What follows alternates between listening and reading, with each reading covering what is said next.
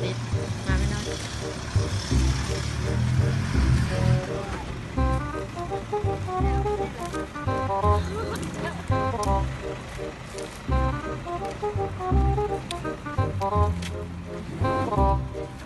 ถ้าบินอะไร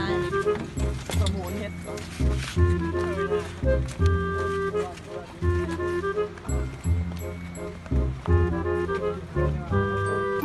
ดูเวลาทำไม่กระโดดไหนกับเจ้าที่นั่นแล้วดูหักมาเลย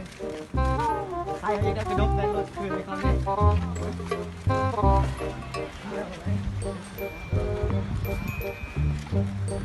จะอยากลองดูรถ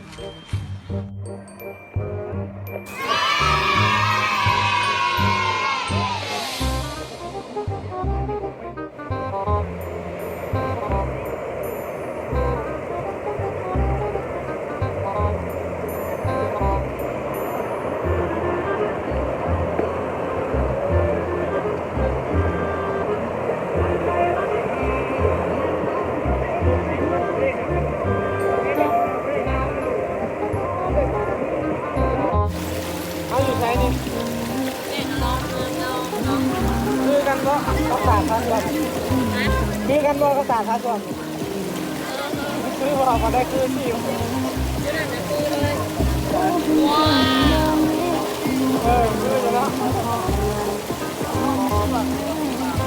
ส่วนหนึ่งส่วนหมูมาเล่นไหม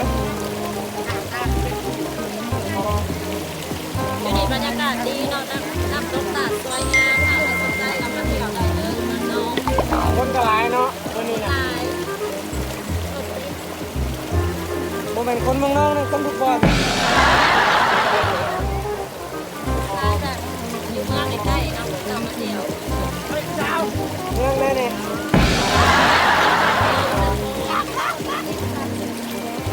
โคนเมืองไม่ได้เมืองเชฟโปนละไก่วันหมูมาเล่นครับหมูเมืองอื่นจะมาเล่นเนี่ยมาทางกันเลยทาง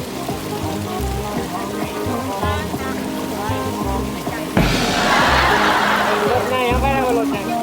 ไม่ได้มาได้จะจอดตรงนี้เลยคือตอนทำเมื่อจะออกไปถ่ายรถเขาเบิร์นเราถ้าใครอยากมาเที่ยวมาได้เดี๋ยวไปไกลเราใกล้จากเมืองธรรมชาติแท้